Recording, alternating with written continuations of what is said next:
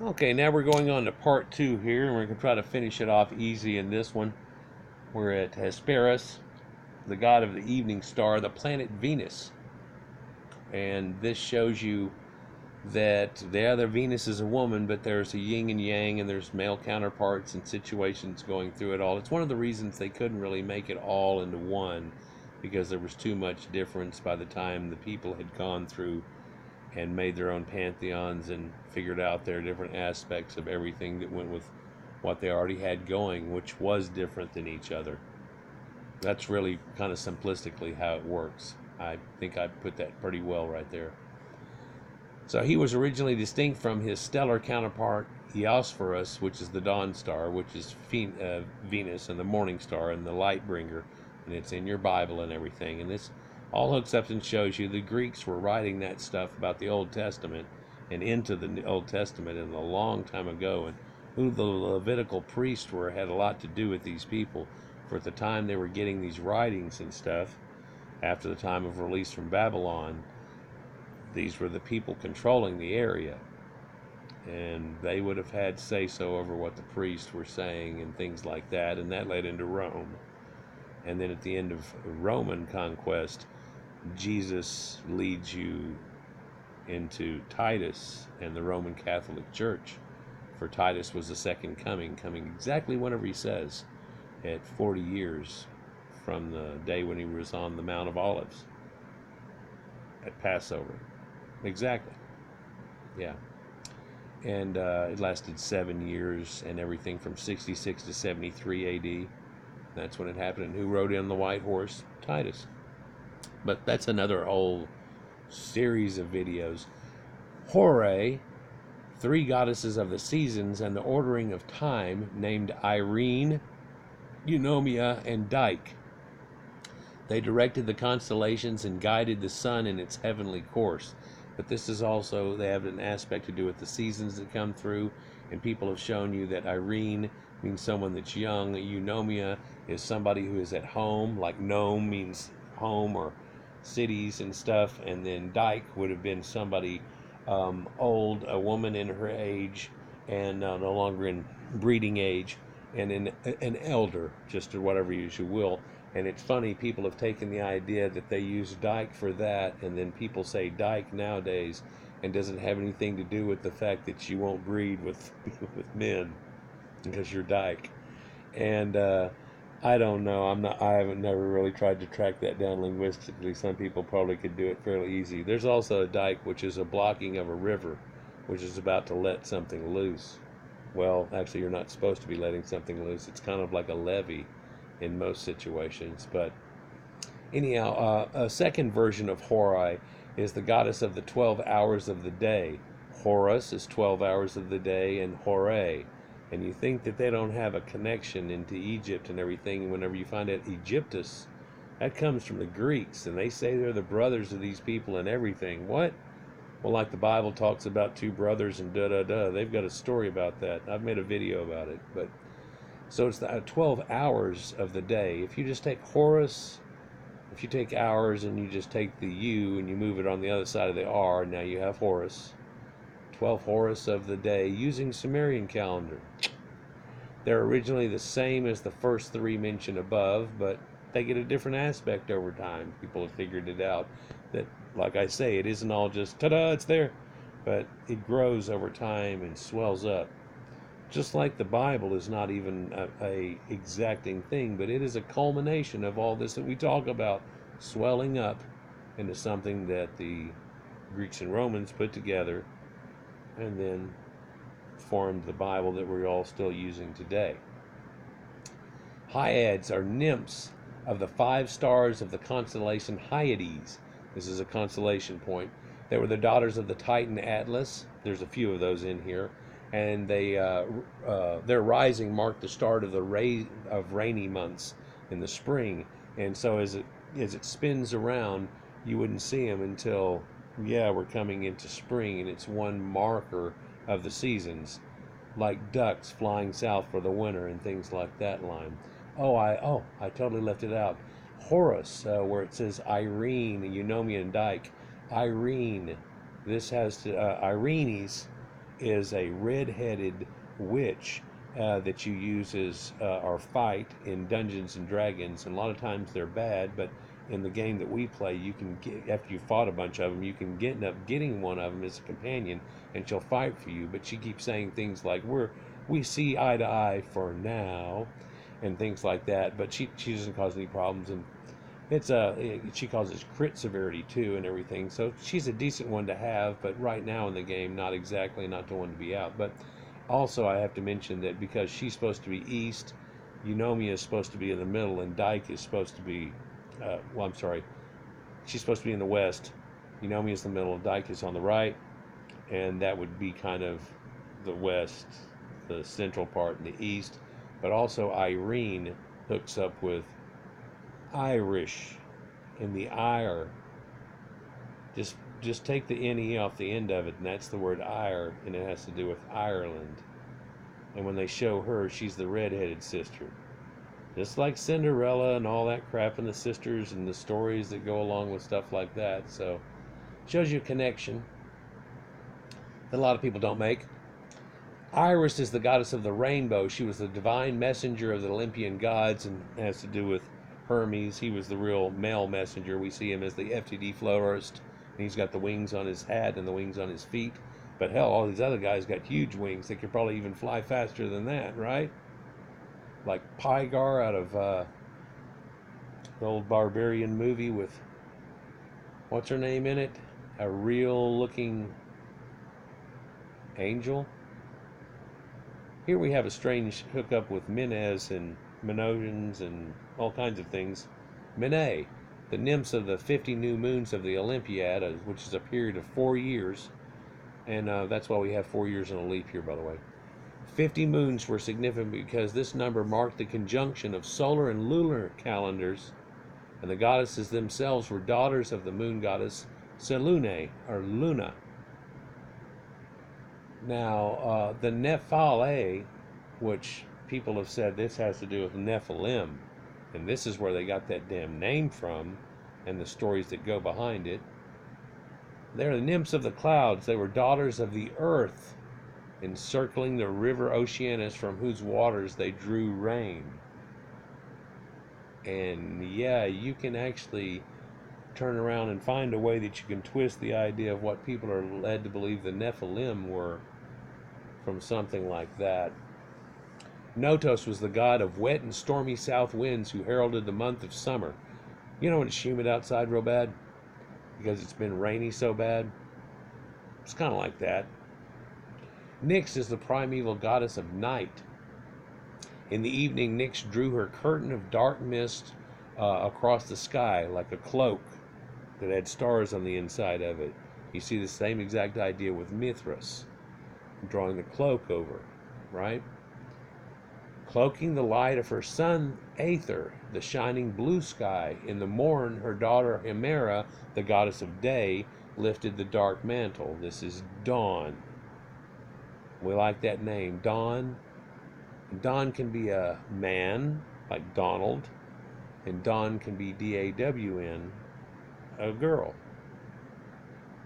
So we can have dual aspects too of that same idea, but do people really put that together? Does a girl named Dawn a real morning girl? Huh.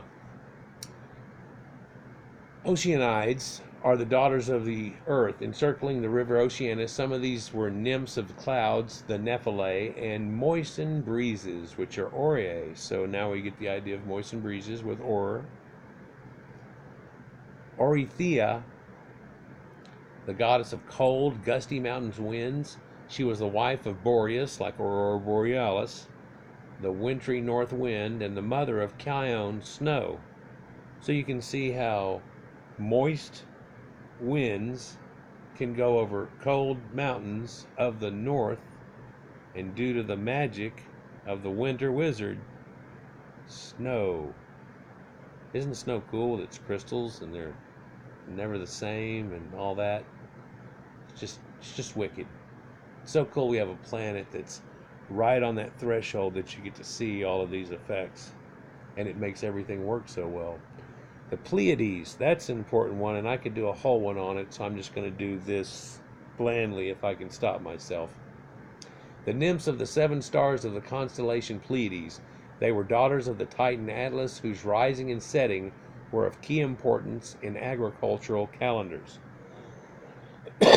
We see markings of the Pleiades quite often on Sumerian rolled out seals, and you'll see they have that 5 conglomeration, and the one that's offset of it, and the one that's in, and it's there. That's meant to be the Pleiades, and there's a lot of variations of that, and it shows you. Also, it has to do with Taurus, pardon me, and where it's located. And there are a lot of religions that definitely have hooked up that same concept, and I'll have to do a whole video on how that hooks up and what their belief systems are. And strangely enough, they're kind of the same, enough to where that's just too odd to dismiss.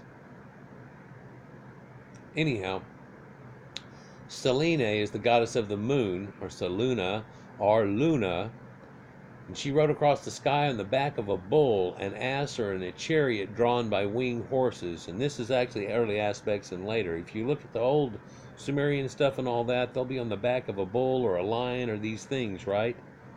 And then later, all of a sudden, boom, they're in a chariot zooming across the sky. Well, that's after horses got there, and that's after chariots got there, right? The moon itself was her crown or billowing veil. And so it looked like around her neck she had a billowing veil blowing up and looking almost like that witch in the Disney show and everything with the pointy deals, but no, that's really just her moon crescent, right?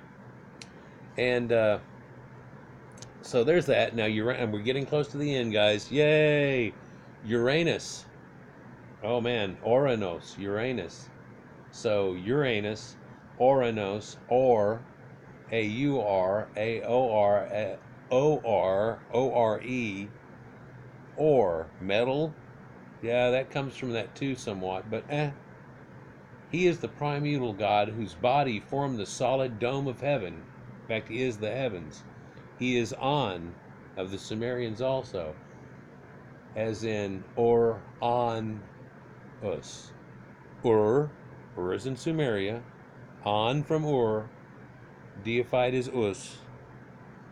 The Greeks imagined him as a bronze-bodied, tanned-up guy, star-spangled god whose hands rested upon the earth in the farthest east and his feet in the farthest west. Does that sound familiar? Well, he's similar in form to the Egyptian goddess Nut, whose starry arching form is in common art, where they show her arching over with the stars on her and things, right? Uranus was a eunuch god, castrated, having been castrated by Kronos at the beginning of time. It's set for time. Kronos means time, chronometer. So this is another aspect in showing you that he had been castrated, whatever. Well, it just stops the lineage of the Titans and starts the other one, the next one. A father quits having children, and his children finally grow up enough to where they can have children and catch in. And they have children. And then he's a grandpa. And this is a different aspect than being husband or father now, damn well, isn't it?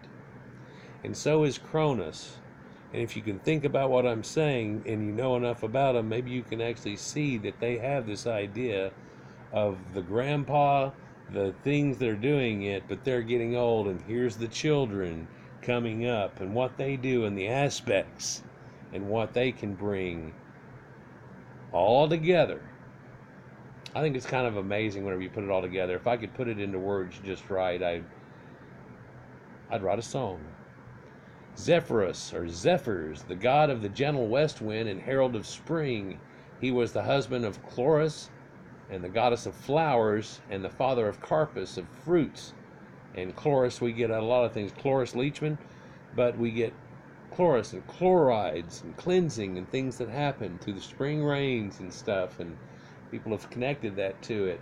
And the goddess of flowers and heralding of spring, and this has to do with Inanna and Dumuzi and spending that time and coming back in the rites of spring whenever sunlight overtakes darkness at about that equinox, and it rides to the summer, and then at the fall it goes down low to its lowest point. Winter hits at December 21st, and 3 days later the sun starts to rise again to save all of mankind. Sounds kind of familiar. Carpus, though, even hooks up into a bunch of things with Latin with carpe diem, but also carp is in fish. See, I'm into fish a whole hell of a lot. When I was a kid, I was into butterflies a little bit too, and amazingly, they named butterflies and they named fish after stuff that goes with all this, and it weirdly hooks up to it. For a carp is, that like koi and carp and things like that. Zeus is the king of the gods and ruler of the heavens. He was the god of clouds, rain, thunder, and lightning, and I've said enough about Zeus, and we're just going to let that go. Zodiacus is the spirit of the 12 constellations of the zodiac, circled heaven, measuring the seasons of the year. And basically, here we have that wheel in the sky that keeps going around, and the sun is a wheel in the sky, and there's a smaller wheel per day, and a bigger wheel for a year, and a giant wheel for a cycle of time, and an epoch, and an era, and things. It goes on and on and on. And here is that picture of Sol, or Helios, and he's being pulled into a chariot that even has open wheels at this point, pulled by 4-horse chariots, like it's talking about an Armageddon. Flying Pegasuses, though, and he has the radiant self, and if you were to say this is Jesus every day carrying the sun across, and once per year he gets reborn, and to be riding throughout the year, and it all works together. And it's all works together as the same thing. And I could do this not in Greeks, but do it in Hindu. I could do it in Egyptian. I could do it in all these other religions, and of course, and in Europe itself too.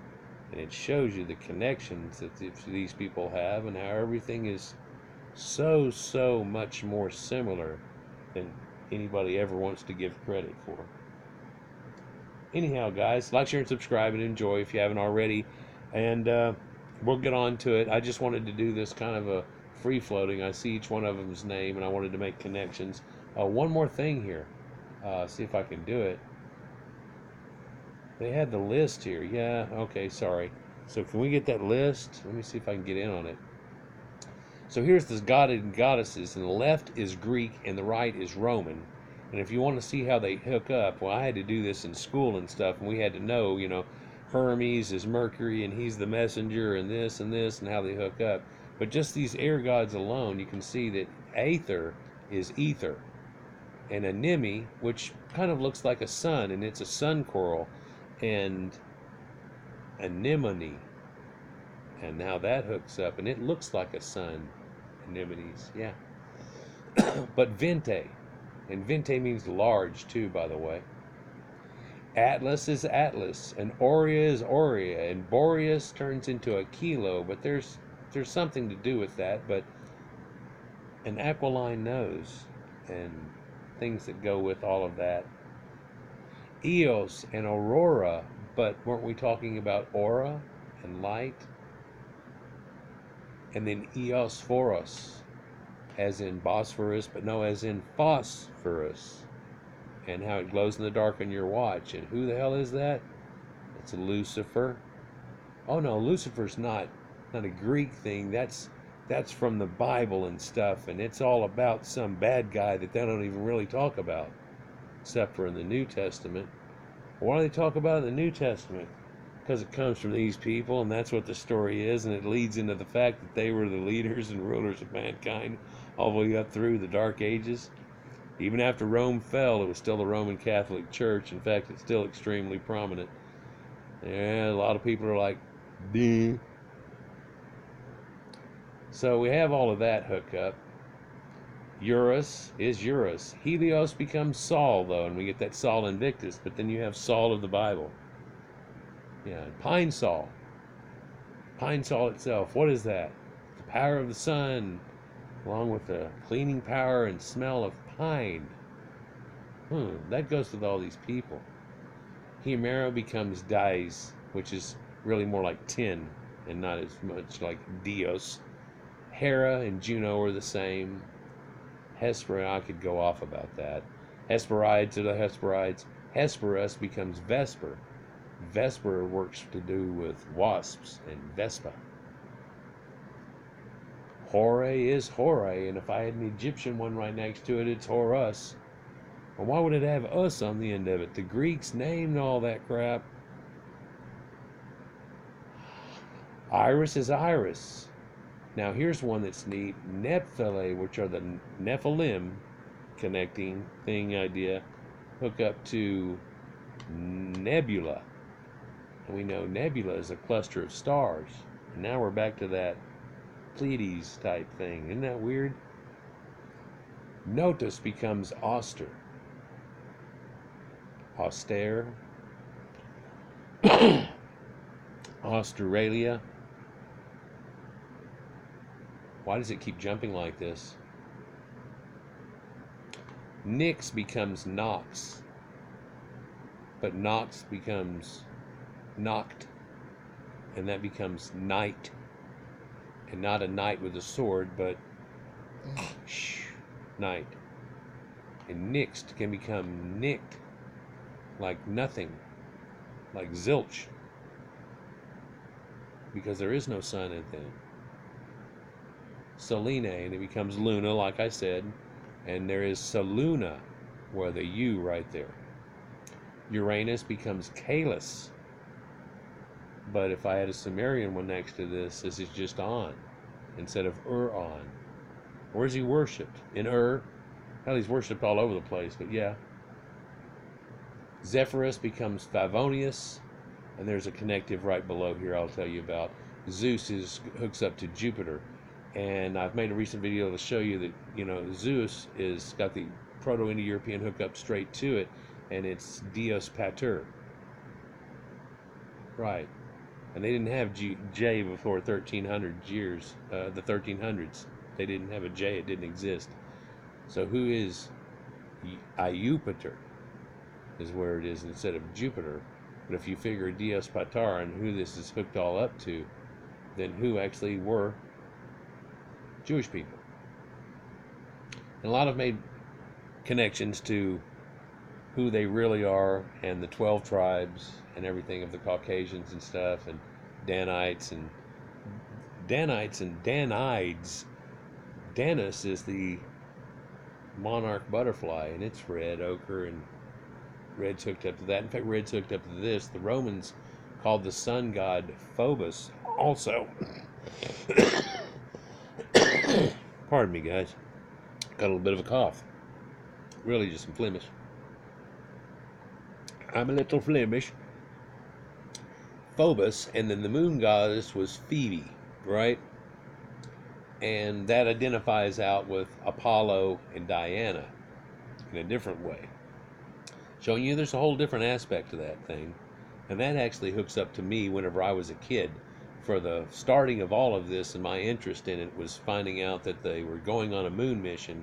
They had a picture of it on the on TV Guide or whatever, or Reader's Digest, and one of those two, I can't remember exactly which one, but it had it on there, and it had the moon, and it said Apollo, and blah, blah, blah, and I asked my mom about it, and she explained that he was a god of ancient Greeks and stuff, and I said, like our god? And she goes, well, no, he's different. I was like, was he alive? And she said, and so it became a weird thing, but then we talk about Phobos and Phobie, and we talk about Phoenicians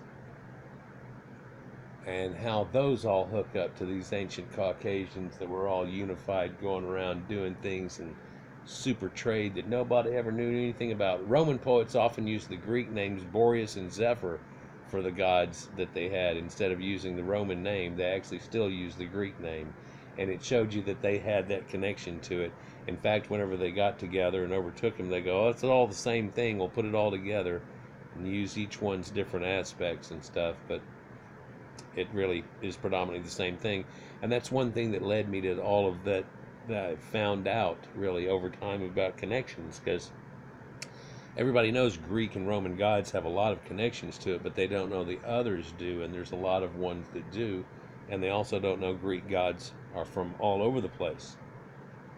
And so whenever I was playing D&D, I made campaign stuff and cool things to do in Egypt and cool things to do in Sumeria, which I considered Conan the Barbarian at the time, and areas like that. And so what could we do and how can I connect them together? And after searching through it, I found connections enough to make the thing that I was talking about, but then I couldn't quit finding connections, and it just kept coming and coming and coming, and I started figuring out things that a lot of people to this day still don't realize about ancient religions and how it all goes together.